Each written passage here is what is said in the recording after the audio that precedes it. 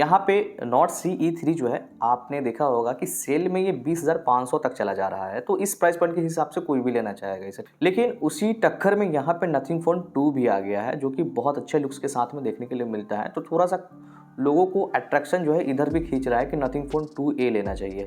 लेकिन ऐसा थोड़ी है कि सिर्फ देखने से ही फ़ोन खरीद लेंगे, इसके अंदर क्या क्या देखने के लिए मिलता है और कैसा ऑप्टिमाइजेशन है वो भी मैटर करता है, तो इसके बारे में भी चर्चा करना जरूरी है। OnePlus Nord CE3 का जो प्राइस है वो 25,000 प्राइस है, ठीक है। लेकिन आप इसमें कूपन कोड लगाते हैं, 2,500 तक का कूपन कोड देखने के लिए मिलता है, जो कि उतना आपको डिस्काउंट समझ के चलिए आप। उसके बाद इसमें 2,000 का आपके पास में क्रेडिट कार्ड होगा या आपके पास किसी के नहीं होगा, दोस्तों के पास होगा, तो उससे आप यूज करके आप 2,000 का माइनस करवा सकते हैं। यानी टोटल आपका 4,500 का डिस्काउंट यहाँ पे होगा, जो कि ये फोन आउटपुट जो होगा वो 20,500 तक होगा। ये जो हो गया प्राइस हो गया 8GB रैम 128GB का हमने बोला है, ठीक है। उसके बाद से Nothing Phone 2A की जैसे कि हम बात करेंगे तो यहाँ पे भी इनका जो प्राइस है वो 24,000 प्राइस है, लेकिन 2,000 जो है किसी न किसी कार्ड पे ऑफर रहता है, तो वहाँ पे आपको 22,000 में ये फ़ोन देखने के लिए मिल जाता है। यहाँ पे जो रैम आपको देखने के लिए मिलता है LPDDR4X रैम, ये आपको दोनों में देखने के लिए मिलता है। तो LPDDR4X रैम जो होता है वो मतलब 20,000 प्राइस पॉइंट के हिसाब से ठीक है, बुरा नहीं कह सकते। UFS 2.2 आपको Nothing Phone 2A में देखने के लिए मिलता है, UFS 3.1 आपको देखने के लिए मिलता है OnePlus Nord CE3 में।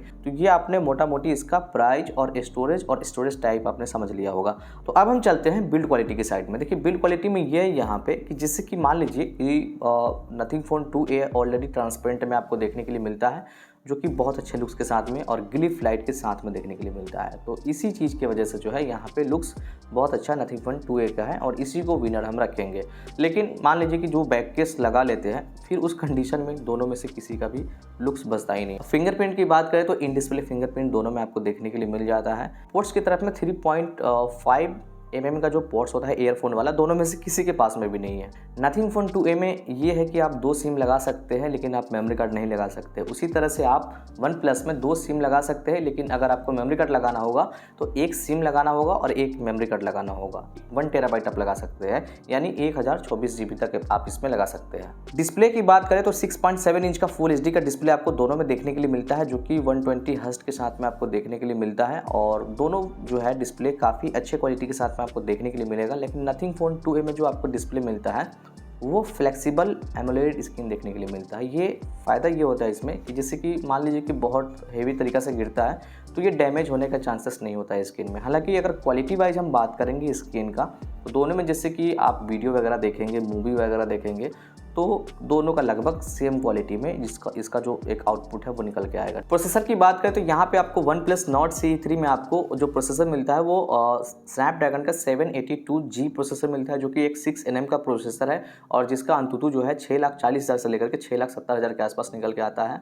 और जैसे कि आप इसमें गेमिंग करना चाहे, जैसे कि आप इसमें एडिटिंग करना चाहे, या जैसे कि नॉर्मली यूज करना चाहे, तो आपको लैग वगैरह बिल्कुल भी नहीं होगा। Nothing Phone 2 में आपको जो प्रोसेसर मिलता है वो आपको MediaTek का Dimensity 7200 Pro आपको देखने के लिए मिलता है, जो कि 4nm का प्रोसेसर है, और इसका जो अंतुतु निकल के आता है वो भी जो है 6,50,000 से लेकर 6,70,000 के आसपास निकल के आता है, ठीक है।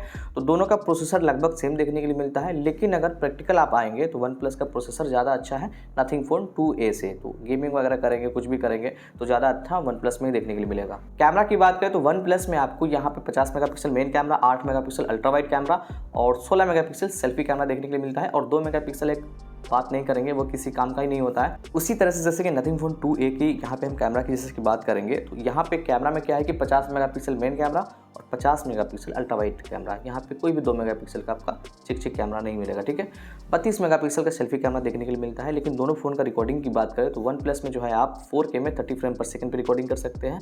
उसी तरह से Nothing Phone 2A में भी जो है 4K में 30 फ्रेम पर सेकंड पर रिकॉर्डिंग कर सकते हैं। फुल HD में जैसे कि OnePlus में आप रिकॉर्डिंग करेंगे तो 30 फ्रेम पर सेकंड और 60 फ्रेम पर सेकंड पर रिकॉर्डिंग कर सकते हैं। उसी तरह से यहाँ पे Nothing Phone 2A में फुल HD में आप 30 फ्रेम पर सेकंड 60 फ्रेम पर सेकंड पर रिकॉर्डिंग कर सकते हैं।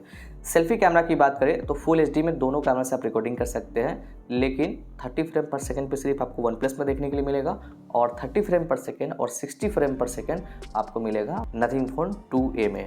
एक चीज़ एक्स्ट्रा यहाँ पे Nothing Phone 2A में मुझे ये अच्छा लगा है कि 50 मेगापिक्सल जो अल्ट्रा वाइड कैमरा है उससे भी आप 4K में 30 फ्रेम पर सेकंड पे रिकॉर्डिंग कर सकते हैं, जो कि OnePlus में नहीं कर सकते हैं। लेकिन फिर भी जैसे कि फोटोग्राफी की बात करें तो वहाँ पे ऑप्टिमाइजेशन की जैसे कि बात होती है, तो बहुत सारा कमी जो है नथिंग फ़ोन 2A में है, जो कि अपडेट के बाद फिक्स हो सकता है या नहीं भी हो सकता है। लेकिन OnePlus Nord CE3 में आपको काफ़ी अच्छा फ़ोटोज़ वीडियोज़ देखने के लिए मिल जाएगा। ऑप्टिमाइजेशन इसका बहुत अच्छा है, अपडेट की कोई भी आवश्यकता इस फ़ोन को नहीं है अभी भी। बैटरी बैकअप की जैसे कि बात करें तो दोनों फ़ोन में आपको 5000 mAh का बैटरी देखने के लिए मिलता है, तो बहुत अच्छा बैटरी मिल जाएगा, 1 दिन लगभग आपको देखने के लिए मिलेगा।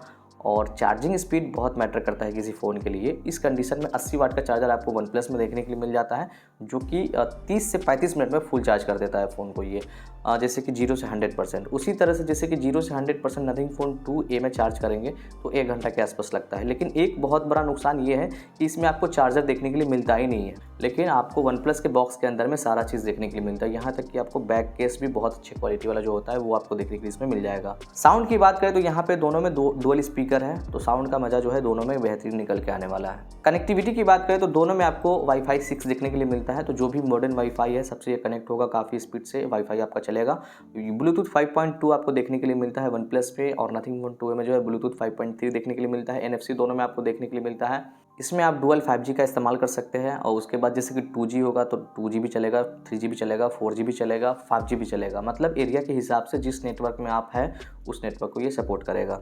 OnePlus में मुझे जो है 3-4 चीज़ बहुत अच्छा लगा है, जैसे कि इसमें जो आपको स्टोरेज मिलता है वो 3.1 मिलता है, प्रोसेसर अच्छा है इसका, ऑप्टिमाइज्ड है, कैमरा का जो एक ऑप्टिमाइजेशन है वो भी बहुत अच्छा है, बैटरी का जो चार्जिंग स्पीड है वो भी अच्छा है, बॉक्स के साथ में सब चीज़ मिल जाता है, ये भी सही लगा है मुझे। तो ये सब चीज़ के वजह से जो है हमने OnePlus Nord CE3 का रिकमेंडेशन रखा है, लेकिन फिर भी आपको छोटा मोटा चीज़ बर्दाश्त कर लेना होगा, तो नथिंग फ़ोन 2A को आप आँख बंद करके परचेज कर सकते हैं। आशा करते हैं वीडियो आपको अच्छा लगा होगा।